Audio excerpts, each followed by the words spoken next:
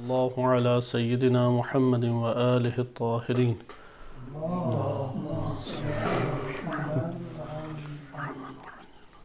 ہماری گفتگو شرح اصول کافی میں کتاب التوحید باب حدوث العالم و اثبات المحدث پر چل رہی تھی۔ حدیث نمبر 6 کا اختتام آپ کی خدمت میں آج ذکر کیا جائے گا۔ اس حدیث میں امام صادق علیہ السلام سے پوچھا زندیق نے مد دلیل فمد دلیل علیہ، اس کا جو آخری حصہ ہے یہ ایک اور سند سے بھی الکافی میں کہ اللہ سبحانہ و تعالیٰ کو شیء کہا جا سکتا ہے یا نہیں، اس موضوع کے اوپر حدیث بیان ہوئی ہے۔ بہرحال آپ پہلے اس حدیث کا ترجمہ دیکھیں اور اس کے بعد آپ کی خدمت میں ایک نو اس کی تشریح ذکر کی جائے گی۔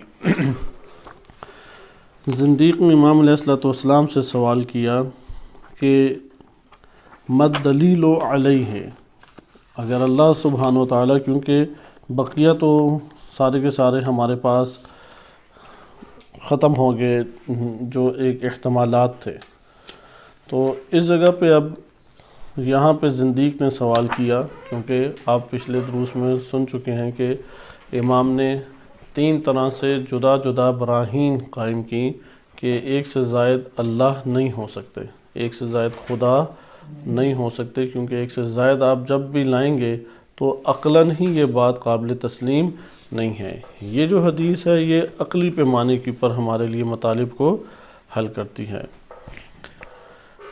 لہذا زندیق نے اس کے بعد امام علیہ السلام سے دریافت کیا کہ فمد دلیل علیہ، کہ وجود باری تعالیٰ کے اوپر یا اللہ تعالیٰ کے اوپر کیا دلیل ہے؟ فقال ابو عبداللہ علیہ السلام، یعنی اس حدیث کے اوپر آپ دقت کریں گے تو 2 مرحلے، ایک وجود ہے اور ایک حقیقت کے بارے میں سوال ہے۔ فقال ابو عبداللہ علیہ السلام، امام صادق علیہ السلام نے فرمایا وجود الافاعیل، مختلف افعال کا وجود، دلت علی ان صانعا صنعہا، یہ دلالت کرتا ہے کہ اس سارے کے سارے افعال کو کوئی بنانے والا ہے، خلق کرنے والا ہے، صانع ہے اس کا۔ الا تری انک اذا نظرت الی بناء مشید مبنی، کیا تم نے نہیں دیکھا ایک ایسی عمارت جو مضبوط بنائی جاتی ہے، علمت، اس عمارت کو دیکھ کے تم جان لیتے ہو، ان لہ بانیا، اس عمارت کو کوئی بنانے والا ہے، وَإِن كُنْتَ لَمْ تَرَ الْبَانِي، اگرچہ آپ نے بنانے والے کو نہیں دیکھا، وَلَمْ تُشَاهِدْهُ، اور نہ ہی اس بنانے والے کا مشاہدہ کیا ہے آپ نے۔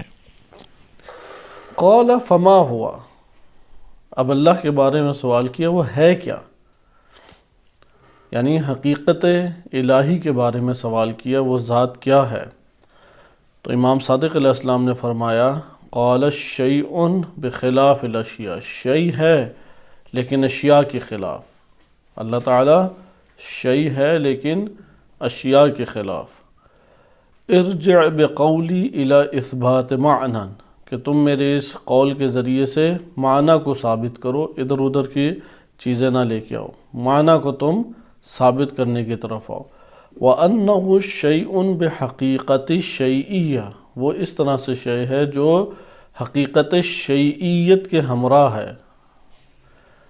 حقیقت شیعیت کے ہمراہ، یہ ترجمہ میں آپ کی خدمت میں کر رہا ہوں، وَإِلَّا اس کی انشاءاللہ تشریح آئے گی، یعنی وہ شیء ہے حقیقت شیء، یعنی جس طرح آپ کہتے ہیں نا کہ اس کی وہ بذات ہی موجود ہے، اسی طرح حقیقت شیعیت کی صورت میں موجود ہے، حقیقت شیعیت ہے، شیء ہے لیکن حقیقت شیء کی صورت میں، غیر انہ لا جسم، مگر یہ کہ نہ اس کا جسم ہے، ولا صورت، نہ اس کی صورت ہے، ولا یحس، نہ اسے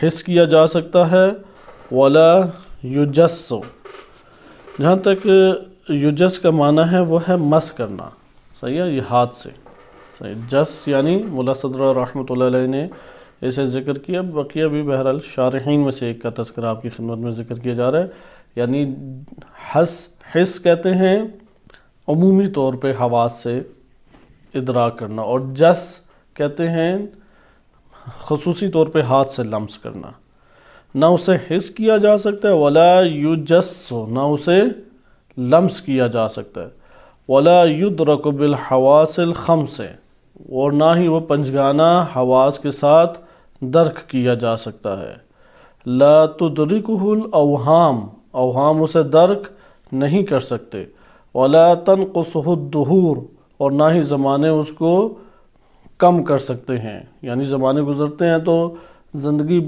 بدل دیتے ہیں، ولا تغیرہ الازمان، اور نہ ہی زمانے اس میں تبدیلی پیدا کر سکتے ہیں۔ یہاں پہ بس ہمارے پاس دیکھیں دو جوابات آئے، یا آپ نے روایت دیکھی، ہمارے پاس جو بیانات ائمہ اطہار علیہ السلام کی گفتگو میں آئے ہیں، وجود باری تعالیٰ کے اعتبار سے یہ دقیق ترین کلمات ہیں۔ اس میں ایک حصہ اللہ سبحانہ وتعالیٰ کے وجود کو بیان کر رہا ہے، اور دوسرا حصہ اللہ سبحانہ وتعالیٰ کے حقیقت سے متعلق ہے کہ اس کی حقیقت کے بارے میں بیان، جو کہ انسان کی عقل کی محدود دسترس میں آ سکتا ہے، کیونکہ کنہ معرفت اللہ کی حاصل نہیں ہو سکتی۔ عقلیں اپنی استطاعت کے تحت کچھ چیزوں کو جان سکتے ہیں اور بقیہ چیزوں پہ پہنچ سے عاجز ہیں، جیسے انشاءاللہ روایات آئیں گی کہ نہ وہ عقول میں سمانے والا ہے، اللہ تعالیٰ کی ذات لامحدود ہے، کس طرح محدود ذات اس کا احاطہ کر سکتی ہے۔ لہٰذا یہاں پہ جو بیان ہے وہ ایک خاص معنی کی طرف اشارہ ہے کہ انشاءاللہ آپ کی خدمت میں ذکر کیا جائے گا، لیکن حقیقت الہی کے زمرے میں۔ پہلے ہم قول کی طرف آتے ہیں کہ اللہ سبحانہ وتعالیٰ کے بارے میں امام علیہ السلام نے فرمایا کہ شیئن، کیا ارشاد فرمایا کہ کہا کہ شیئن وجود الافاعیل دلت علی ان صانعها، اور نیچے جب ہم آئے قال شیئن بخلاف الاشیاء، بس ادھر وجود افاعیل ایک ہمارے پاس موضوع ہے، اور دوسرا موضوع بحث کیا ہے، شیئن بخلاف الاشیاء۔ اس معنی کو خود امام علیہ السلام نے کھول کے بیان کیا کہ شیئن بخلاف الاشیاء سے کیا مراد ہے۔ وجود الافاعیل کے لیے ایک مثال امام علیہ السلام نے دی۔ اب اس کی جو تشریحات ہمارے سامنے آتی ہیں وہ متعدد ہیں۔ مثلا شیئن کو اگر آپ روایات کے زمرے میں ہی حل کرنا چاہیں تو شیء اللہ تعالیٰ کو کہا جا سکتا ہے۔ امام تقی علیہ السلام کی صحیح سند روایت ہے، اس میں امام علیہ السلام سے پوچھا گیا کہ هل یجوز للہ تعالی، یعنی اللہ سبحانہ وتعالیٰ کے لیے جائز ہے، یعنی سئل ان یجوز ان یقال، یہ کہا جائے ان اللہ شیئن، کہ صحیح سند روایت ہے کہ اللہ تعالیٰ سے اللہ تعالیٰ کو شیء کہا جا سکتا ہے یا نہیں۔ امام تقی علیہ السلام فرماتے ہیں قال نعم، کہا جا سکتا ہے، لیکن شرط ہے ایک، یخرجہ من الحدین، حد تعطیل و حد تشبیہ، اسے تعطیل کی حد سے بھی نکالو اور تشبیہ کی حد سے بھی نکالو۔ صحیح، اس کو عرفاء اس طریقے سے بیان کرتے ہیں کہ تعطیل یعنی عقلیں جو ہیں وہ اصلاً معرفت حاصلی معطل ہو کے رہ جائیں، یعنی اللہ سبحانہ وتعالیٰ کو آپ اس طرح تنزیح کریں، صرف تنزیح کا پہلو لے لیں۔ تعطیل یہاں پہ تنزیح کی طرف اشارہ ہے کہ اللہ تعالیٰ کو عیوب اور نقائص سے پاک کیا جائے۔ جب عیوب اور نقائص سے پاک کیا جائے تو ایسا نہیں ہے کہ پھر اللہ تعالیٰ کے اوصاف نہ قرار دیے جائیں، اس کے اوصاف بھی ہیں، اور صرف تشبیہ کی سائیڈ بھی نہیں لینی چاہیے۔ یعنی اگر آپ تشبیہ کو فقط ذکر کریں اور تنزیہ کو ذکر نہ کریں، یہ بھی درست نہیں ہے۔ لہذا ضروری کیا ہے، حد التعطیل و حد التشبیہ ہے، نہ تشبیہ اللہ تعالیٰ کی دی جائے اور نہ ہی معطل کے معرفت اللہ کی اصلاً حاصل ہی نہیں ہو سکتی، آپ اس طرح سے خدا کو کر کے پیش کریں۔ اس کی تو تشریح بعد میں آئے گی، لیکن اس سے ہم ایک بات سمجھ گئے، ان اللہ شیئن، کیونکہ یہ الکافی کی روایت ہے تو اس زمرے میں ہم انشاءاللہ تعالی اس کو اپنے مقام پہ پڑھیں گے۔ ان اللہ شیئن، یہ ہمیں پتہ لگ گیا، شیء کہا جا سکتا ہے۔ دو کلمات ہمارے ہاں علمی طور پہ استعمال ہوتے ہیں، ایک وجود ہے اور ایک شیء ہے، لیکن اس کو انشاءاللہ اگلے مرحلے میں دیکھتے ہیں کہ جو ہمارے حدیث کی ترتیب ہے۔ امام علیہ السلام نے سب سے پہلے کس سے استدلال کیا؟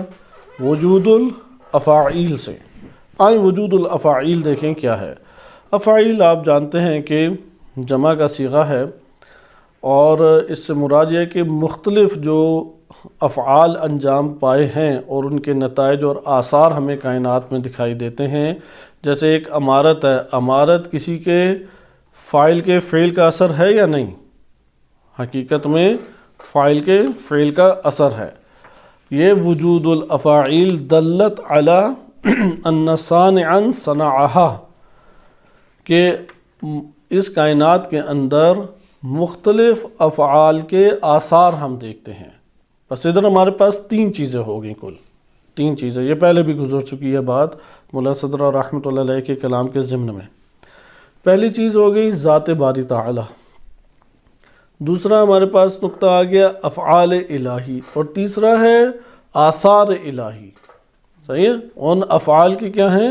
آثار۔ جیسے ایک کاتب کی مثال لینے، ایک لکھنے والا ہے، نمبر دو لکھنے والا فعل انجام دیتا ہے لکھنے کا، جب وہ فعل انجام دیکھا تو لکھا ہوا سامنے آئے گا یا نہیں؟ بس تحریر جو ہے وہ اثر ہے، آثار ہے۔ کس کا اثر ہے؟ کتابت کا۔ کتابت کس نے کی؟ کاتب نے کی۔ بس فاعل جب فعل انجام دیتا ہے تو اس کا اثر ہمارے سامنے برپا ہوتا ہے۔ یہ پوری کی پوری کائنات، چاہے آپ یہ مادی کائنات لیں، چاہے وجود مجرد ناقص عالم مثال لیں یا عالم عقل و عقول لیں، ساری کی ساری کائنات کسی فاعل کے فعل کا اثر ہے یا نہیں؟ یعنی ہم یہ تصور کر سکتے ہیں کہ کوئی شے ہمارے سامنے برپا ہو اور وہ کسی فاعل کا فعل نہ ہو، اس کو انجام دینے والا کوئی بھی نہ ہو؟ ایسا ہو سکتا ہے؟ اس لیے اس امر کے اوپر دقت کریں کہ کائنات میں جتنے بھی امور برپا ہیں وہ کسی نہ کسی شے کا کیا ہیں؟ فعل کا اثر ہیں۔ اب ہمارے پاس کائنات میں لا تعداد چیزیں خلق ہوئی ہوئی ہیں، لا تعداد افعال کے آثار ہمیں دکھائی دیتے ہیں۔ اگر آپ کائنات کے اوپر مثلا ہم قرآن کی آیت سے یہ استفادہ کرتے ہیں کہ قرآن میں ارشاد باری تعالی ہوتا ہے ان فی خلق السماوات والارض، آسمانوں کی خلقت میں اور زمین کی خلقت میں، واختلاف اللیل والنہار، توجہ کرتے جائیں، آسمانوں کی خلقت میں اور زمین کی خلقت میں۔ سورہ بقرہ آیت نمبر 164 ہے، 164 نمبر آیت ہے۔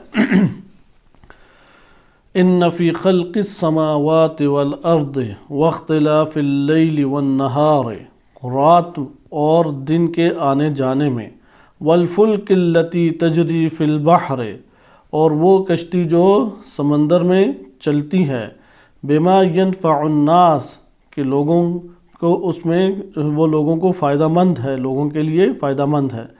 وما انزل اللہ من السماء من ماء، اور اللہ نے آسمان سے جو پانی برسایا ہے، فاحیا بہ الارض بعد موتها، اور زمین کے بنجر اور مردہ ہونے کے بعد اس پانی کے ذریعے سے اللہ نے زمین کو زندہ کیا۔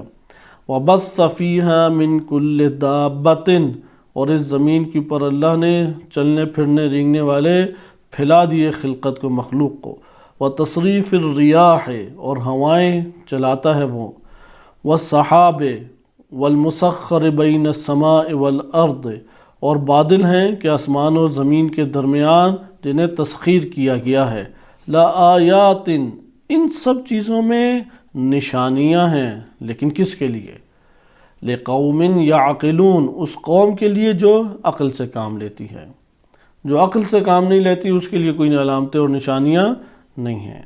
ادھر آپ نے ملاحظہ کیا کہ اللہ سبحانہ و تعالیٰ ادھر خلقت آسمان اور زمین کے اوپر دقت کا درس دے رہا ہے، رہنمائی فرما رہا ہے کہ اس کے اوپر دقت کی جائے۔ یہ سارے افعیل ہیں، بس آسمانوں کی خلقت ایک فعل ہے یا نہیں؟ خالق کے فعل کا اثر ہے آسمانوں کی خلقت۔ زمین خالق کے فعل کا ایک اثر ہے۔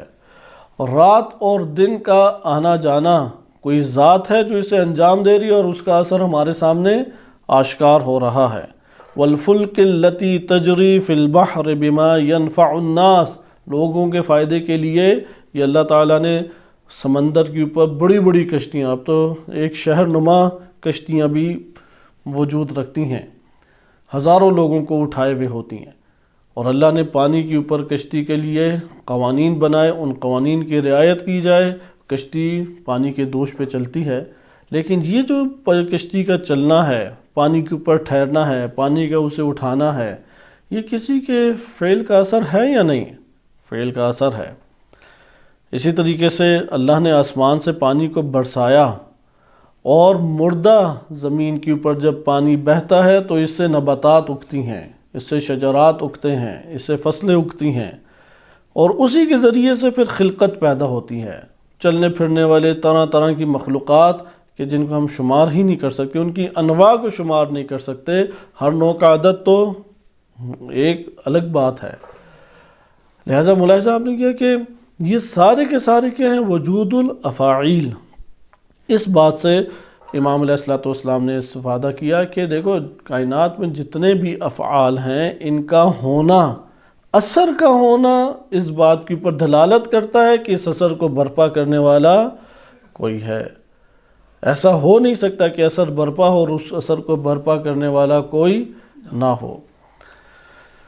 وجود الافعیل دلت علی ان صانعا صنعها۔ پھر امام نے اس بات کو ایک مثال سے سمجھایا اور بیان فرمایا کہ تم نے دیکھا ہوگا کہ عمارت بنانے والا عمارت کو بناتا ہے۔ اب تم نے ایک عمارت بنی بناءً، جو ایک بڑی خوبصورت عمارت ہے، لیکن وہ مشید مبنی یعنی بڑی مضبوط اور ٹھوس بنی ہوئی ہے۔ جب تم اس عمارت کو دیکھو گے تو تم فوراً گواہی دو گے یا نہیں کہ اس کو بنانے والا کوئی ہے؟ یہ دلیل عامت الناس کے لیے قابل قبول ہے۔ امام خوئینی رحمۃ اللہ علیہ دیگر بزرگان نے تاکید کیا کہ آپ برہان نظم کے ذریعے سے توحید کو زیادہ آشکار کریں۔ برہان نظم کے اوپر بہت سارے افراد نے آ کے اشکالات کیے اور اس کے اوپر بڑی ایک طویل بحثیں ہیں۔ ہم مختصر طور پہ ممکن ہے کہ آج کے درس میں اس کے چند مقدمات پڑھیں، سارے مقدمات نہیں پڑھے جا سکتے، چند مقدمات پڑھیں گے اور پھر آگے کی کسی روایت میں برہان نظم کو انشاءاللہ العزیز حل کریں گے۔ البتہ ملا صدرہ رحمۃ اللہ علیہ نے یہاں پہ مثلا دیکھیں وجود الافاعیل دلت علی ان صانعا صنعها، یہ جملہ کہ برہان نظم کے اوپر دلالت کرتا ہے یا نہیں؟ افعال وجود میں آئے ہیں اور وہ افعال کے اثرات ہمیں آج دکھائی دے رہے ہیں، مادی جہان میں بھی، عالم مثال میں جائیں عالم برزخ میں، ادھر بھی اس کے آثار ہیں، عالم قیامت اس کا اثر ہے، یہ ساری خلقت اس کا اثر ہے، فعل خدا ہے، یہ فعل خدا آشکار ہے ہمارے سامنے۔ لیکن ملا صدرہ رحمۃ اللہ علیہ نے اسے فلسفی انداز میں دیکھا ہے۔ برہان نظم جو ہے وہ اللہ سبحانہ وتعالیٰ کے فاعل ہونے کو ثابت کرتی ہے، لیکن واجب الوجود ہونے کے اعتبار سے اور اس کی خصوصیات جو واجب الوجود کی ہے، ممکن ہے کہ اس کے اعتبار سے وہ اس پہلو کو ذکر نہ کر رہی ہو، کیونکہ نظم پایا جاتا ہے۔ یہ کیا دلیل ہے کہ جو ناظم ہے وہ ایک ہی ہے؟ متعدد ہو سکتے ہیں یا نہیں؟ کیونکہ آپ تو کائنات کے نظم سے یہ ثابت کرتے ہیں کوئی چلانے والا ناظم ہے، لیکن یہ کیسے ثابت کیا کہ وہ ایک ہی ہے؟ ہاں، امام علیہ السلام کی جو روایت تھی کہ یہ مدبر واحد، ہم پیچھے پڑھ چکے ہیں، یہ ساری بات بتاتی ہے مدبر ایک ہے، یہ ہے کہ عقلی پہلو سے ملا صدرہ لے کے آئے، صحیح۔ لیکن ایک ہمارے پاس کلامی انداز میں برہان نظم کو پیش کیا جاتا ہے اور اس کے اوپر گفتگو کی جاتی ہے، اسی لیے اس کو پھر محکم آ کے حکماء نے کیا اور بتایا کہ کس جہت سے آپ نے لینی ہے۔ مثلا اگر یہی اشکال کیے جائیں تو ہم کہیں گے کہ برہان نظم تیسرے چوتھے نمبر کے اوپر ہمارے لیے برہان بنتی ہیں۔ ہم نے کب کہا ہے کہ ہم واجب الوجود کے اس بات کے لیے اسے لے کے آ رہے ہیں؟ ہم تو اس بات کے لیے لے کے آ رہے ہیں کہ اس کائنات کا خالق ہے، وہ خالق جو ہے اس کی تدبیر کر رہا ہے، اس لیے برہان نظم انہیں پیش کی جاتی ہے کہ جو اصلاً خلقت کا انکار کرتے ہیں، جو اللہ سبحانہ وتعالیٰ کی خلقت کے منکر ہیں، ان کو کیا کہا جاتا ہے؟ ان کے لیے برہان نظم کو پیش کیا جاتا ہے۔ برہان نظم سے ہم تھوڑا سا استفادہ کر کے مولا صدرہ نے جو اس کے ضمن میں لکھا ہے وہ دیکھیں گے، کیونکہ یہ بات واضح ہے کہ امام نے بھی اس کو یہی مثال دی کہ تم جب بلڈنگ دیکھتے ہو تو بلڈنگ کو بنانے والے کو نہ تم نے دیکھا ہے اور نہ تم نے اس سے ملاقات کی ہے، صحیح ہے، اس کی نہ تم نے زیارت کی ہے اور نہ تم اس وقت موجود تھے جب وہ بلڈنگ بنا رہا تھا، لیکن تم تائید کرتے ہو کہ ان لہو بانین، اس کے لیے ایک بانی ہے، اس کا بنانے والا کوئی ہے۔ یہ پوری کائنات جو اللہ تعالیٰ نے اتنے دقیق نظم کے ساتھ برپا کی ہے، اس کے بارے میں تم گواہی نہیں دو گے کہ اس کا بھی کوئی بانی ہے، اس کا بھی کوئی خالق ہے، اس کا بھی کوئی موجد ہے، اسے بھی ایجاد کرنے والا کوئی ہے۔ واضح سے یہ ہمارے لیے دلیل بن جاتی ہے۔ آیات و روایات میں اس کے آثار ہمارے پاس کثیر ہیں۔ عموماً افراد جو ہیں وہ خالق ہونے کی جہت سے شرک کیا کرتے تھے، عموماً عبادت میں شرک کیا جاتا تھا، اصل خالق اللہ ہی کو مانتے تھے، لیکن اس کے باوجود وہ خلقت کی نسبتیں دیگر افراد کی طرف دیا کرتے تھے۔ پھر بعض ایسے ملحد افراد تھے جیسے کہ امام صادق علیہ السلام کی خدمت میں زندیق آیا، وہ اللہ کے خالق ہونے کا کیا، اللہ کے ہونے کا ہی منکر ہے۔ اب وہ یہ قائل ہو گیا کہ ہاں ٹھیک ہے، دو خدا نہیں ہو سکتے، یا بعض ہیں کہ کئی خداؤں کے قائل ہیں۔ زندیق معنی عام ہے، اس کے اوپر گفتگو گزر چکی ہے، صحیح ہے، زندین سے یہ کلمہ نکلا ہے، پھر یہ زندیق بن گیا، اور بولا اس کے اوپر جاتا ہے کہ جو اصلاً اللہ تعالیٰ کا منکر ہے یا اللہ سبحانہ وتعالیٰ کے مد مقابل ایک مشرکانہ نظریہ کا قائل ہے۔ برہان نظم کیا ہے؟ برہان نظم کے چند مقدمات ہیں، وہ آپ لکھیں، میں آپ کی خدمت میں صرف کلیات اس کی ذکر کیے دیتا ہوں، اور اس کی جو کلیات ہیں وہ پھر انشاءاللہ تعالی اس کو ہم کسی اور مورد میں زیر بحث لائیں گے۔ سب سے پہلی چیز یہ ہے کہ نظم سے مراد کیا ہے؟ نظم سے مراد فساد کے مقابلے میں معنی ہے، صحیح، یعنی عناصر کا باہمی طور پہ ہم آہنگ اور سازگار ہونا، جو کہ فساد، اس کے مد مقابل کیا آتا ہے؟ فساد آتا ہے۔ اس بات وجود باری تعالیٰ کے کئی ہمارے پاس دلائل ہیں، جیسا کہ برہان صدیقین ہے، برہان امکان فقری ہے، برہان حدوث ہے، برہان نظم ہے، اس طرح سے کئی ہمارے پاس براہین موجود ہیں۔ اللہ تعالیٰ کے انہی براہین میں سے ایک ہے برہان۔ برہان کیا ہے؟ یہ کہ ہم کائنات دیکھتے ہیں کہ صحیح سالم بے عیب بے نقص چل رہی ہے۔ جب یہ صحیح سالم چل رہی ہے تو کوئی ہے کہ جس نے اس کے اجزاء اور عناصر میں سازگاری پیدا کرتے ہوئے نظم کو وجود دیا ہے۔ وہ جو نظم وجود دینے والا ہے اور مسلسل اس کو برقرار رکھے ہوئے ہے اور باقی رکھے ہوئے ہے، وہ اللہ تعالیٰ کی ذات ہے۔ اس سے ہم ثابت یہ کرنا چاہتے ہیں۔ لہٰذا اس طرح سے ہم برہان نظم کے بارے میں کہہ سکتے ہیں کہ پوری کائنات خاص نظم میں ڈھلی ہوئی ہے۔ پوری کائنات خاص نظم میں ڈھلی ہوئی ہے، اور ہر نظم ایک ناظم کے اوپر دلالت کرتا ہے، اور ہر نظم ایک ناظم کے اوپر دلالت کرتا ہے۔ بس پوری کائنات کا ایک ناظم ہے۔ شکل اول یہ بن جاتی ہے منطق کی اصطلاح کے مطابق۔ یہ جو کبرا ہے اس کا کہ ہر نظم ناظم کے اوپر دلالت کرتا ہے کہ کوئی منظم کرنے والا ہے، کوئی سے نظم دینے والا ہے، یہ برہان عقلی ہے۔ لیکن وہ جو صغرا ہے اس کے اوپر مختلف طرح کی گفتگو ہے۔ یہاں پہ آپ نے دقت کرنی ہے، یہ جو ہمارے پاس مقدمہ آ رہا ہے، ادھر آپ نے سوچنا ہے یہ اللہ تعالیٰ کے واحد ہونے پہ دلیل ہے یا نہیں، یہ اللہ سبحانہ و تعالیٰ کے خالق ہونے کے اوپر اور مدبر ہونے کے اوپر دلیل ہے۔ کیونکہ اذہان کے مطابق ائمہ اہل بیت علیہ السلام گفتگو کیا کرتے تھے۔ ایک فرد کو اگر مدبر ہونے کے اعتبار سے، ناظم ہونے کے اعتبار سے تعارف کرایا جائے، وہ جلد اللہ تعالیٰ کی طرف قبولیت کے عنوان سے آئے گا، کیونکہ عامۃ الناس، عوام الناس وہ ان براہین میں سے کون سی برہان کو جلد سمجھتی ہے؟ وہ برہان نظم ہے۔ وہ شکار نہیں ہوتی عوام الناس کہ اچھا اس سے یہ مطلب ہے فلاں مطلب۔ ہاں اگر ان افراد میں کوئی بہت دقتوں میں جانے والا ہو اس کے لیے پھر آگے کا مطلب بیان کیا جائے گا۔ اب زندیق ہے جو اللہ کا انکار کرے، اس کا مطلب ہے بہت ہی ضعیف ذہن کا مالک ہے، یعنی اس نے تھوڑی سی بھی عقل استعمال نہیں کی۔ یہ کلیہ ضابطہ اپنے ذہن میں رکھ لیں، اگر کوئی بڑے سے بڑا سائنٹسٹ ہو، بڑی سے بڑی نامور شخصیت علمی میدان میں ہو، اگر وہ اللہ تعالیٰ کا انکار کرتا ہے، آپ سمجھ لیں اس کا ذہن کیا ہے؟ ضعیف ہے۔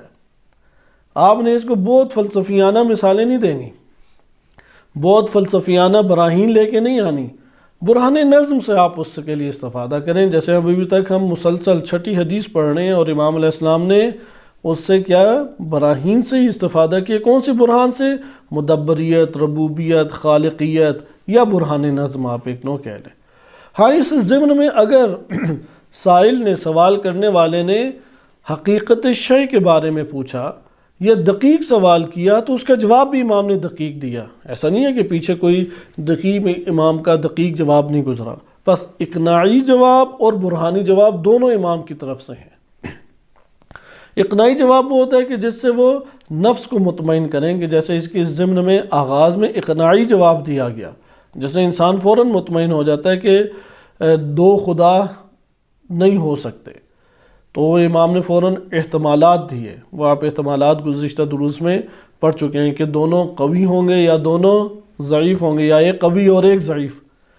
دونوں ضعیف ہوں تو خدا ہی نہیں ہو سکتا، قوی اور ضعیف ہو تو جو ضعیف ہے وہ خدا نہیں ہے، اور دو قوی ہیں ہاں ان میں بات آ جائے، دو قوی ہیں تو دو قوی بھی کسی بھی صورت میں دو قوی خدا نہیں ہو سکتے، چونکہ قوت کا لازمہ کیا ہے؟ قہر اور غلبہ ہے۔ ایک غالب ہوگا دوسرا مغلوب ہوگا، اور جو مغلوب ہے وہ خدا نہیں ہوگا۔ بس ایک صورت یہ ہے۔ ایک ہے برہانی جوابات۔ برہانی جوابات میں بھی پھر ہمارے پاس مراتب ہیں، اس لیے برہان نظم ایک برہانی جواب ہے، دلیل ہے۔ اب اس کے مقدمات ہم نے کتنے رکھے؟ صغرا کیا ہے اس میں دیکھیں، جہان میں نظم پایا جاتا ہے، اس کا کوئی بھی انکار نہیں کر سکتا۔ سائنس کی ساری ایجادات اسی نظریے کے اوپر ہے۔ اگر وہ ایٹم کے اندر بالفرض عناصر، ایٹم جو کہ دکھائی نہیں دیتا، اس کے بارے میں ہے کہ سب سے باریک ذرہ وہی ہے، اس کے اندر کی بھی کائنات کو کھولا گیا ہے، اس کے اندر بالفرض انہوں نے 109 عناصر کو دریافت کیا، انہیں اگر بالفرض ملا ہے 40 عنصر کا 40 عنصر مل گئے، بقیہ عناصر بالفرض نہیں ملے، بالفرض کوئی علامات ایسی رکھی ہوئی ہیں، میں ایک فرضی بات کر رہا ہوں، وَإِلَّا یہ سائنس کی فیلڈ ہے کہ وہی اس کو بہتر طور پہ کھول کے بیان کر سکتے ہیں۔ وہ بقیہ عدد سے وہ کہیں گے اگر 40 ہے تو بقیہ بھی ہوں گے، 39 بھی ہوں گے، وہ اس کے پیچھے جائیں گے، کیونکہ نظم پایا جاتا ہے، کیونکہ نظم کا تقاضا ہی یہ ہے کہ ہر شے اپنے موقع اور مناسبت کے مطابق وجود میں آئے اور اپنے مطابق وہ حرکت کرے، وَإِلَّا نظم پایا نہیں جائے گا، ختم ہو جائے گا۔ اس لیے سائنس کی کل بنیاد کیا ہے؟ وہ اسی نظم کے اوپر ہے۔ بہرحال صغرا ہمارا کیا ہے؟ کائنات کے اندر نظم پایا جاتا ہے۔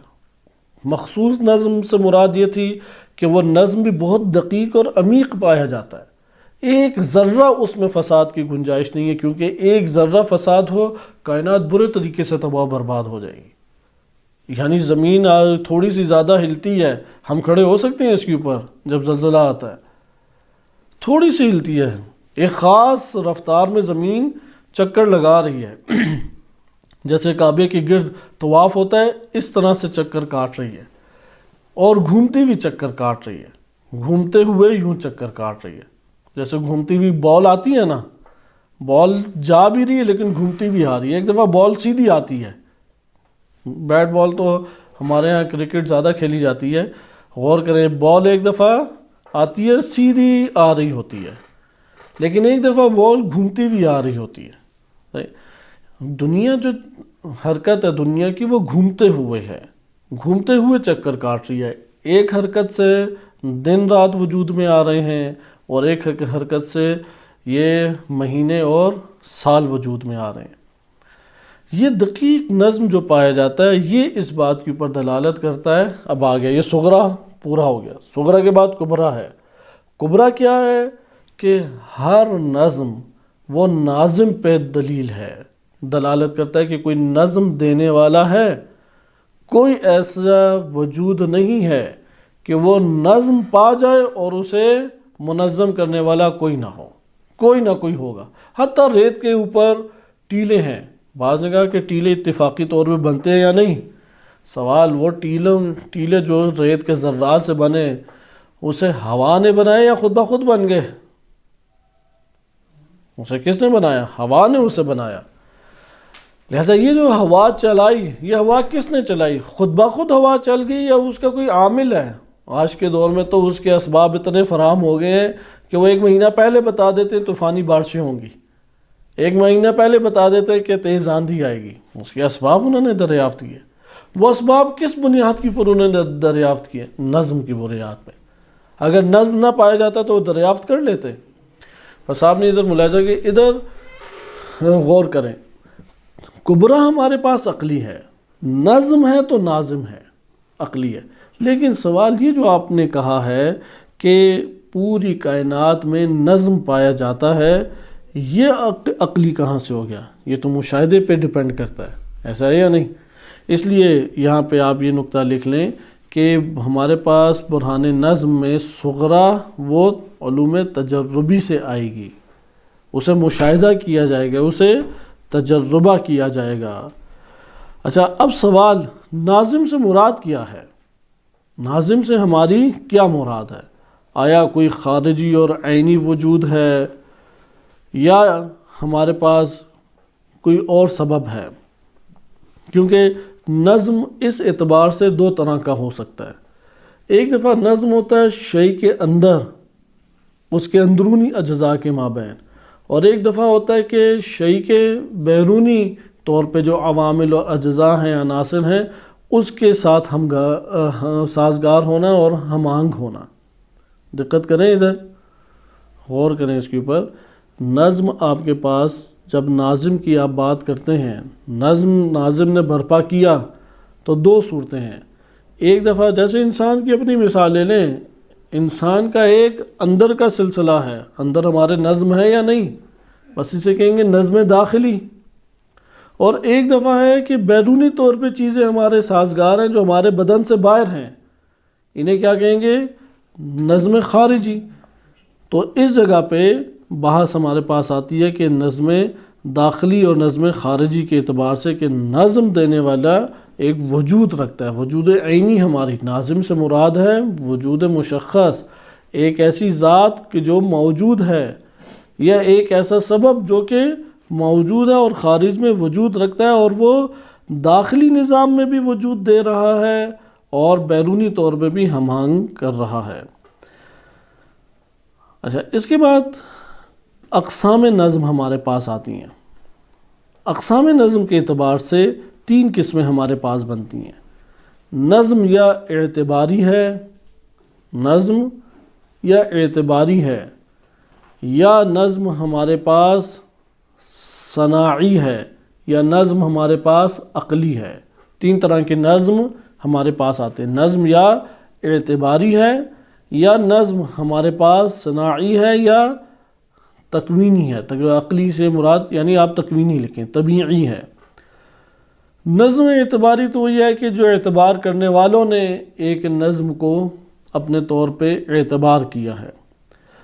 نظم صناعی یہ ہے کہ جو اہل حرفت و صنعت انہوں نے نظم کو برپا کیا ہے. نظم تکوینی وہ ہے کہ جو تکوین کے اندر، طبیعت کے اندر، کائنات کے اندر نظم پایا جاتا ہے. ان تینوں میں سے ہم جب برہان نظم کہہ رہے ہیں تو کون سا نظم مراد ہے ہماری؟ نظم اعتباری یا نظم صناعی یا نظم تکوینی طبیعی؟ تکوینی طبیعی، یہ بات ہمارے لیے واضح ہوگی. اگر ہم نظم تکوینی کی طرف آئیں تو یا وہ نظم موجودات مادی میں پایا جاتا ہے، یا موجودات مثالی مجرد ناقص جسے کہتے ہیں، یا موجودات عقلی میں پایا جاتا ہے. بس یہ نظم تکوینی کس میں پایا جاتا ہے؟ یا موجودات مادی میں پایا جاتا ہے یا موجودات مثالی میں؟ موجودات مثالی میں، جسے آپ مجرد تجرد ناقص کہتے ہیں، یا موجودات عقلی یعنی مجرد تام جسے کہتے ہیں، موجودات عقلی میں پایا جاتا ہے۔ بس ہمارے یہاں پہ برہان سے مراد کیا ہے؟ برہان نظم سے ہماری مراد موجودات مادی ہے۔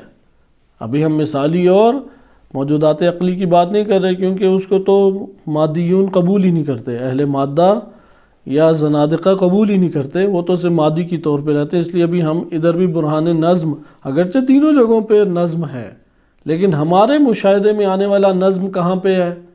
جو ایک عام انسان کے مشاہدے میں آتا ہے وہ موجودات مادی ہے۔ بس جہان طبیعت، جہان عقل و مثال و عقل، ہر جگہ کے اوپر اس بات نظم پایا جاتا ہے، لیکن ہم یہاں پہ بحث کریں گے کہ برہان مادی کے اعتبار، مادی جہان کے اعتبار سے۔ یہ ہمارے پاس چند کلیات تھے۔ اس جگہ پہ برہان نظم قائم کرتے ہوئے وہ ایک اور نقطے کو ذکر کرتے ہیں، اور وہ نقطہ یہ ہے کہ آپ نے برہان کو فاعل اور غایت کے اعتبار سے لینا ہے، ہر جہت سے نہیں۔ اشکالات کے جوابات یہاں پہ مکمل ہو جاتے ہیں، جتنے اشکالات کیے گئے ہیں وہ یہاں پہ ہمارے پاس آ کے تام ہو جاتے ہیں کہ برہان نظم اس کا دار مدار کس چیز پر ہے۔ سوال پہلے لکھیں، برہان نظم کا دار مدار کس چیز کے اوپر ہے؟ برہان نظم کا دار مدار نظام فاعلی اور نظام غائی کے اوپر ہے۔ برہان نظم کا دار مدار برہان فاعل اور غایت کے اوپر ہے، کیونکہ ہر فعل جو ہے وہ فاعل کے ساتھ سنخیت رکھتا ہے، سازگاری رکھتا ہے۔ ان نکات کو، یہ عقلی جو ہمارے پاس نکات ہیں، اس کو دقت سے لیں، کیونکہ امام علیہ السلام کی روایات میں جا بجا یہ سارے کے سارے عقلی ضوابط موجود ہیں۔ پہلا نقطہ اس میں بس برہان نظم، اگر آپ نے یہ ترتیب جو میں آپ کی خدمت میں ذکر کر رہا ہوں، علماء نے ذکر کی ہے، ہمارے بزرگ علماء نے، اگر یہ ترتیب آپ مد نظر نہیں رکھتے تو برہان نظم کو آج کے دور میں آرام سے قابل اشکال قرار دے کے رد کر دیا جاتا ہے، جبکہ عوام الناس میں مقبول ترین برہان یہی ہے۔ صحیح ہے؟ عوام الناس میں، یا انسان جس برہان کے سامنے عموماً ایسا ہم نے دیکھا ہے کہ جس برہان کے سامنے سر جھکا لیتا ہے اور عاجز آ جاتا ہے، وہ کون سی ہے؟ برہان نظم۔ برہان نظم اہل جمہور افراد، جمہور لوگوں کے نظر میں قابل قبول ہے۔ بقیہ جو براہین ہیں وہ مخصوص ہیں طبقات کے ساتھ۔ برہان حدوث اور برہان نظم، یہ دو براہین ایسی ہیں کہ جس کو عام و خاص سارے کے سارے قبول کر لیتے ہیں۔ چونکہ یہ سارے قبول کرتے ہیں، اس لیے جو ملحدین ہیں، غربی فلاسفہ ہیں، انہوں نے سب سے زیادہ اعتراضات اسی کے اوپر کیے اور اس کو مشکوک کرنے کی کوشش کی۔ ریاضی دان ریاضی کے ضابطوں کو لے کے آیا، فزکس کا ماہر فزکس کے ضابطوں کو لے کے آیا، بیالوجی کا ماہر بیالوجی کے ضابطوں کو لے کے آ کے اسے نقص کرنے کی کوشش کی۔ لہذا اس کے دروازے بند کرنے کے لیے کہ ابھی ہم اشکالات نہیں پڑھیں، اشکالات پڑھیں تو وہ بوریت کا باعث بھی بنے گا اور ہمارے درس سے دور بھی کر دے گا، لیکن طالب علم ہونے کے عنوان سے یہ پڑھنا ضروری بھی ہے۔ عقائد جو ہم عموماً پڑھتے ہیں، ابتدائی عقائد، مدارس کی دنیا میں ابتدائی عقائد جب پڑھے جاتے ہیں تو کون سی کتاب پڑھائی جاتی ہے؟ یعنی ایک تو ہے ہماری سطح کے، عموماً طلاب کا جو پہلا مرحلہ باب ہادی عشر علامہ ہلی رحمۃ اللہ علیہ کی پڑھائی جاتی ہے۔ اگر آپ اس سطح کی کتاب کو بھی مد نظر رکھیں اور توحید کو مد نظر رکھیں، برہان نظم اور برہان امکان وہ ہماری دسترس میں ہونی چاہیے، یعنی ازبر ہونی چاہیے، ہمیں اس کے پر خوب دقت کیے ہوئے ہوں۔ اگر سال کے بعد بھی اگر برہان نظم کے اوپر ہماری دسترس نہیں ہوتی یا اس کے اوپر غور و فکر نہیں کیا، یہ نقائص میں سے بہت بڑا نقص ہے۔ یعنی اللہ تعالیٰ نے اس قدر بڑی کائنات کو خلق کیا اور ہم نے تھوڑا سا بھی اس کے اوپر غور و فکر نہیں کیا۔ اس لیے آئیں اس بحث کو دیکھیں، برہان نظم کا دار مدار کس کے اوپر ہے؟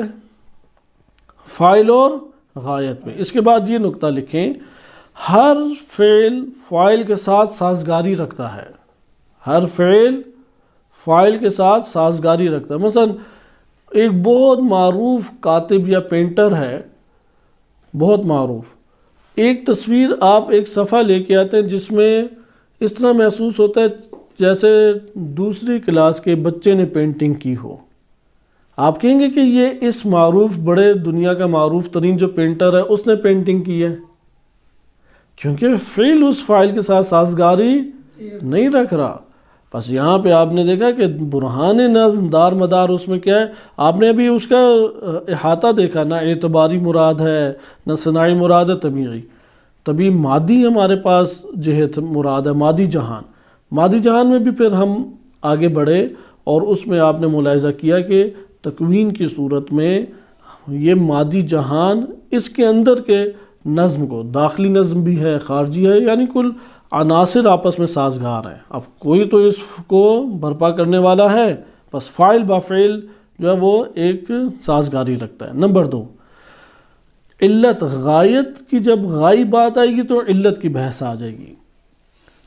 ادھر علت کے عمومی احکام ہمارے سامنے مد نظر ہونے چاہیے، عمومی احکام علت کے.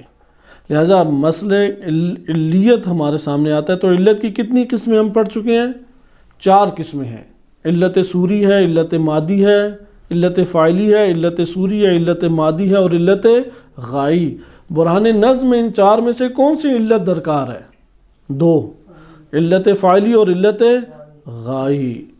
کیونکہ وہ جو فعل کو انجام دے رہا ہے وہ ایک ہدف تک پہنچانا چاہتا ہے. یہ نظم جو ناظم نے برقرار کیا ہے وہ ایک ہدف کو مد نظر رکھتے ہوئے ہے، کیونکہ اگر ہدف مد نظر نہ ہو تو نظم برقرار ہو ہی نہیں سکتا. وہ نظم کو ایک خاص انداز میں ایک فعل کو کیوں انجام دیتا ہے؟ کیونکہ ہدف اس کے سامنے مشخص اور معین ہوتا ہے. یہ آپ کے پاس چند دلائل تھے. انشاءاللہ تعالی ہم اب اس کے مقدمات کو بعد میں ملاحظہ کریں گے، لیکن اس مقام تک آپ نے برہان نظم کی کلیات کو مطالعہ کیا اور اس کو آپ نے جان لیا کہ برہان نظم کی کلیات کیا ہیں. یعنی برہان نظم کو ہم نے علت معلول کے ضابطوں میں لے آنا ہے، اور یہاں سے جب ہم لے کے آئیں گے تو یہ کاملاً کیا ہو جائے گا؟ ایک عقلی رخ اختیار کر لے گا. اور وہ تو جو دروازے مختلف غربی فلاسفہ یا مختلف مشککین، شک پیدا کرنے والوں نے ایجاد کیے ہیں، ان کی راہ بند ہو جاتی ہے. وہ اشکال آپ کی خدمت میں ذکر نہیں کیے جا رہے، کیونکہ عمومی طور پہ یہ برہان نظم قبول ہوتی ہے. برہان نظم کو ہم نے دیکھنا کس اعتبار سے؟ 2 علتوں کے اعتبار سے دیکھنا ہے. پہلی علت کیا ہے؟ علت فاعلی. کوئی شخص علت فاعلی اور علت غائی میں مقدم فعل ہے یا مقدم غایت ہے؟ غایت یعنی وہی ہدف. کون پہلے ہوتا ہے؟ تھوڑا سا سوچیں، کیونکہ سوچنے سے آپ کے اندر ایک مسئلہ حل ہو جاتا ہے. اندر یہ والی معلومات موجود ہیں، نکالنے پڑتی ہیں. فاعل پہلے ہے یا غایت پہلے ہے؟ فائر نہیں، فائل عین کے ساتھ پڑھنا ہے، کہیں فائر نہ اسے کہیں کہ فائر ہی اسے پہ کریں. فاعل صحیح ہے، یعنی فعل انجام دینے والا فاعل پہلے ہے یا غایت پہلے ہے؟ جی ہاں احسنت. ذہن میں ہدف پہلے ہے، اس کے بعد لیکن خارج میں فعل پہلے ہے. ہدف پیش نظر ہوتا ہے، اس پیش نظر ہدف کو حاصل کرنے کے لیے انسان فعل انجام دیتا ہے. جب وہ فعل کو انجام دیتا ہے، اگر فعل وہ منظم نہ ہو، مرتب نہ ہو، تو کیا وہ غایت اور ہدف حاصل ہوگا؟ حاصل نہیں ہو سکے گا. یہ آپ کے پاس ایک بیان تھا. آئیں اب ہم ملصدہ رحمۃ اللہ علیہ کی دلیل دیکھتے ہیں اور اس کے بعد اگلے حصے کے اوپر منتقل ہوں گے. ممکن ہے اگلا حصہ ہم اگلے درس میں ملاحظہ کریں، کیونکہ اس حدیث کے 2 حصے تھے. وجود باری تعالیٰ کی طرف توجہ دلائی ہے امام معصوم علیہ السلام نے افاعیل کے ذریعے سے. بس ایک برہان نظم میں برہان عقلی پائی جاتی ہے اور وہ فاعل اور غایت کے عنوان سے ہمارے لیے قابل بحث قرار پاتی ہے. اور دوسرا ہمارے پاس موضوع یہاں سے کتاب التوحید میں جو ملا صدرہ رحمۃ اللہ علیہ نے استدلال پیش کیا وہ میں تیزی سے آپ کے سامنے فقط پڑھ دیتا ہوں. فرماتے ہیں کہ وجود الافاعیل دلت علی ان صانعا صنعها، یہ امام معصوم علیہ السلام کا فرمان ہے. ملا صدرہ رحمۃ اللہ علیہ لکھتے ہیں وَإِنَّمَا قُلْنَا، یہ ہم نے صرف اس لیے بات کہ ہی انہو اشرف و احکم، کیونکہ وہ اشرف ترین اور احکم ترین بلند ترین ہے. لأنہو حکم یا حکم جو ہے وہ استحکام کے معنی میں بھی آتا ہے، ثبوت کے اور ٹھوس کے معنی میں بھی آتا ہے. آگے تشریح، کیونکہ اس جملے کی تشریح کوئی ہمارے لیے ابھی گنجائش نہیں ہے، وہ آگے کے معنی سے آشکار ہوتی ہے. لأنہو یرجع الی البرہان اللمی، امام کی یہ جو بات ہے یہ بات در حقیقت انتہائی ٹھوس اور محکم ہے اور برہان لمی کی طرف آتی ہے. برہان کی دو قسمیں کی جاتی ہیں، ایک برہان انی ہے اور ایک برہان لمی ہے. برہان انی یہ ہوتا ہے کہ معلول سے علت کی طرف جانا، یعنی آپ کا مخلوقات سے اللہ کی طرف جانا. اللہ نے تمام کائنات کو خلق کیا، وہ مسبب الاسباب ہے، جیسا کہ حدیث مبارکہ میں آیا کہ اللہ تعالیٰ مسبب الاسباب ہے، تمام کے تمام اسباب کا حقیقی سبب اللہ تعالیٰ کی ذات ہے. اب آپ وجودات مسبب ہیں کہ جس کو اللہ تعالیٰ نے خلق کیا، معلول ہیں. اللہ سبحانہ وتعالیٰ ان سب کے لیے علت کی حیثیت رکھتا ہے، یعنی خالق کی حیثیت رکھتا ہے. اللہ تعالیٰ نے سب کو خلق کیا ہے.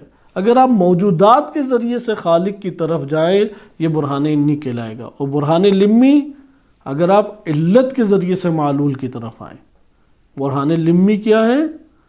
علت کے، ہاں یہ منطق میں جزء سوم میں برہان کی بحث میں آپ پڑھیں گے، اور یہی وہ حصہ ہے منطق کا کہ اگر وہ حصہ برہان کا پڑھے تو ہمارے لیے علم کلام، علم فلسفہ اور روایات اہل بیت علیہ السلام میں توحید کی عمیق استدلالی گفتگو قابل فہم ہوتی ہے.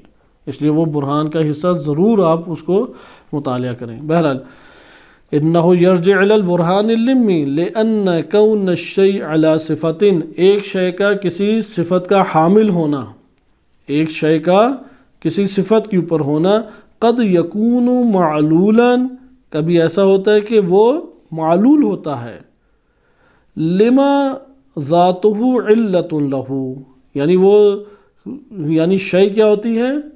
معلول ہوتی ہے. کیا مطلب معلول ہوتی ہے؟ چونکہ اس کی ذات اس کے لیے علت بن رہی ہے.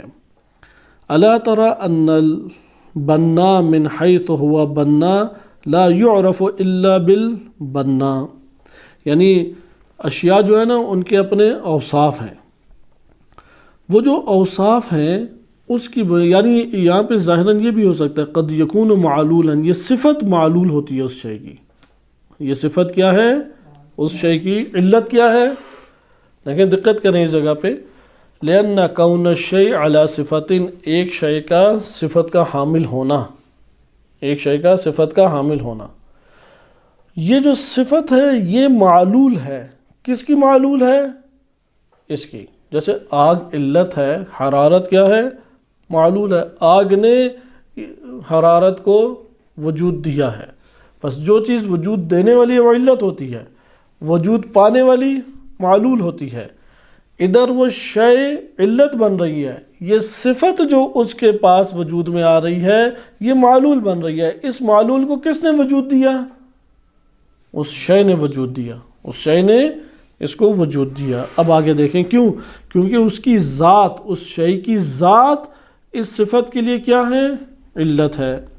آپ نے دیکھا نہیں ہے کہ ایک بلڈنگ بنانے والا بنا، اگر اس کو صرف بنا ہونے کے اعتبار سے دیکھا جائے، یعنی ایک ہے بلڈنگ بنانے والا شخص، صحیح، یعنی انجینئر ہے بالفرض، آپ اس کو بلڈنگ بنائے بغیر انجینئر کہہ دیں گے، یا بنانے والا بنا کو بلڈنگ بنائے بغیر بنا کہہ دیں گے، یا جب تک وہ اس صفت کا حامل نہیں ہوگا تب تک آپ اسے یہ صفت سے متصف نہیں قرار دیں گے.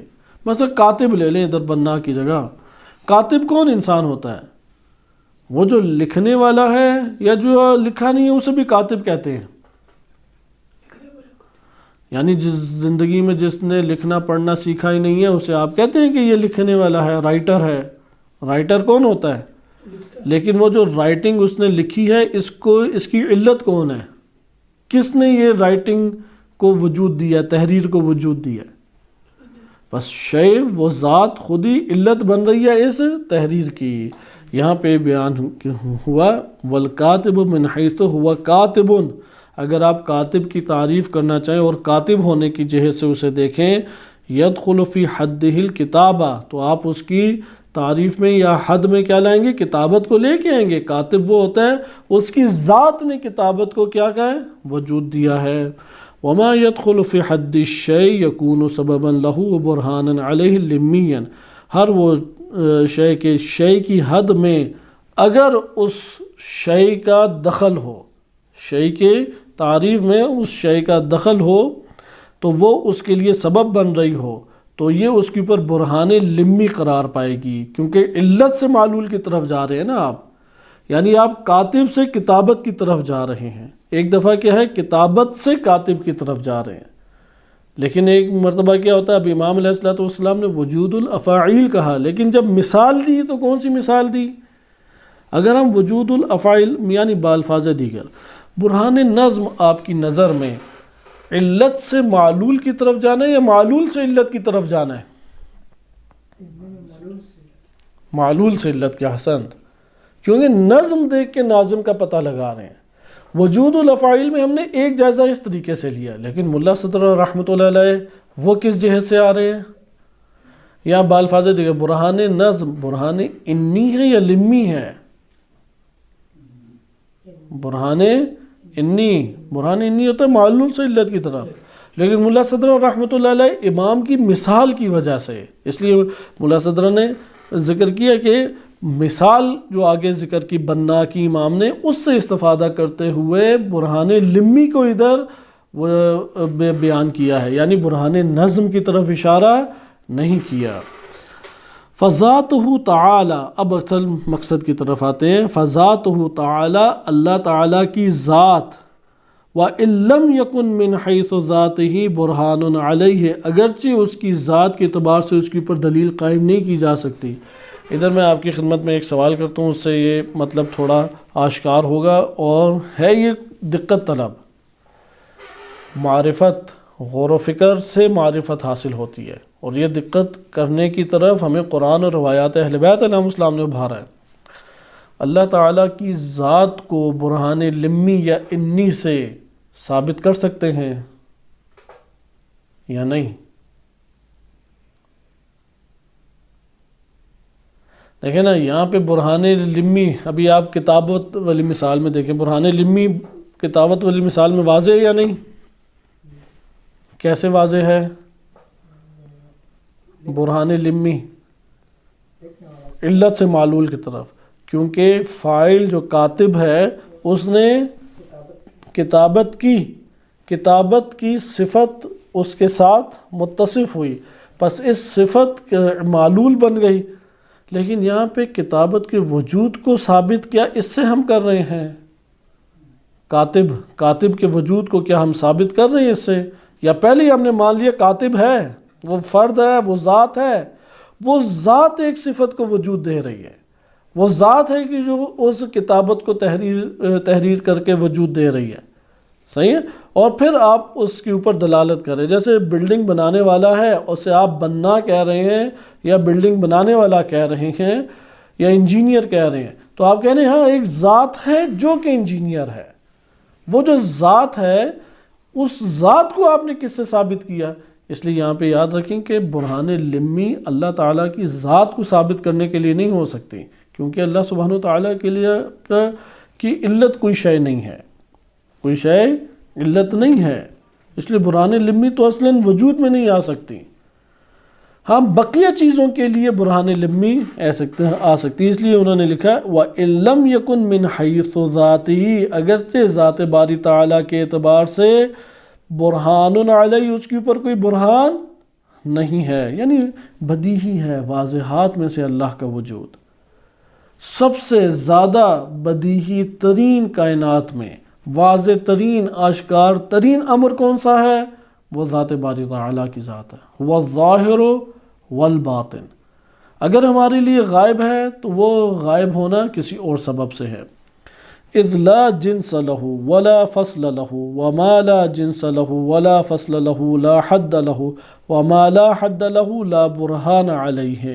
یہ ایک منطقی اصطلاح آ جاتی ہے کہ ماہیت ہے کہ جو نوع اور جنس اور فصل سے مرکب ہوتی ہے، اور جو جنس و فصل مرکب ہو اس کی ڈیفینیشن یا حد بیان کی جا سکتی ہے، جب اللہ تعالیٰ کے یہ اجزاء ہی نہیں ہے، وہ کسی جزء عقلی سے، نہ جزء مادی نہ جزء عقلی، اللہ سبحانہ وتعالیٰ نہ اجزاء عقلی سے مرکب ہے اور نہ اجزاء مادی سے مرکب ہے، اس لیے اس کی نہ تعریف ہو سکتی ہے نہ برہان ہو سکتی ہے، الا انہ من حیث صفاتہ وَقَوْنِهِ مَصْدَرًا لِفْعَالِهِ تَعَالَى مِمَّا يُقَامُ عَلَيْهِ الْبُرْحَانِ۔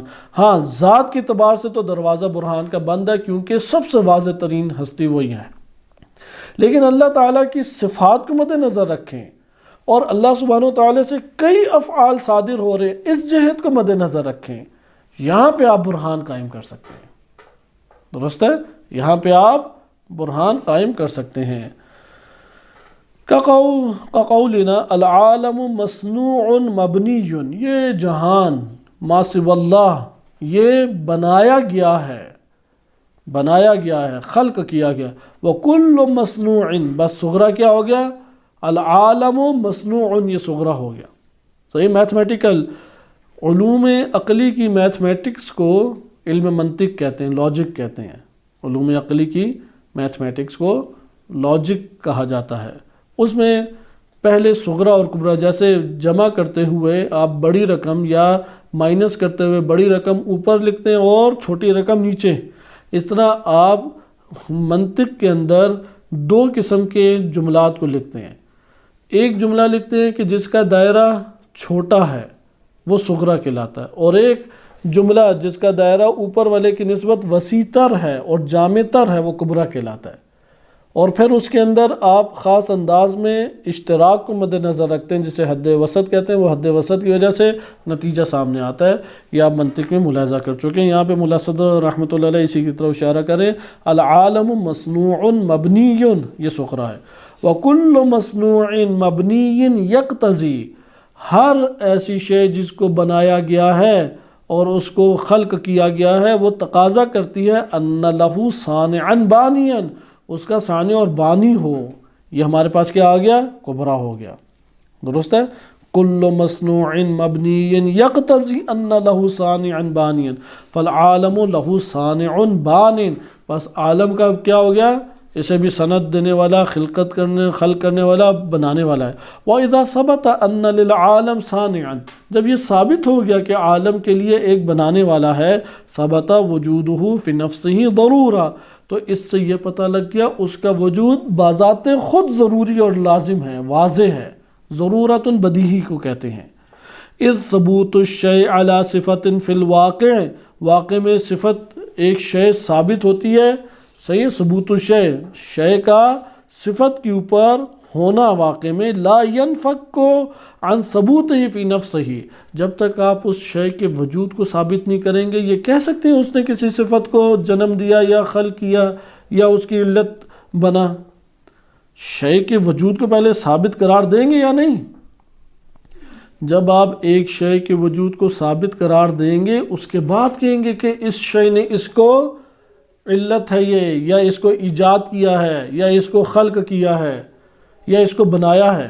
اگر وہ شے وجود ہی نہ رکھتی ہو تو اس نے کہاں سے ایجاد کرنا ہے؟ لہذا یہ جب جملہ جب بھی بولا جائے گا اس بنانے والے نے یہ بنایا، تو یہاں پہ اس کا یہ مطلب ہے آپ بنانے والے کے وجود کو پہلے سے مان رہے ہیں، اگر وہ موجود نہ ہوتا تو کیسے بنانے والے نے بنایا؟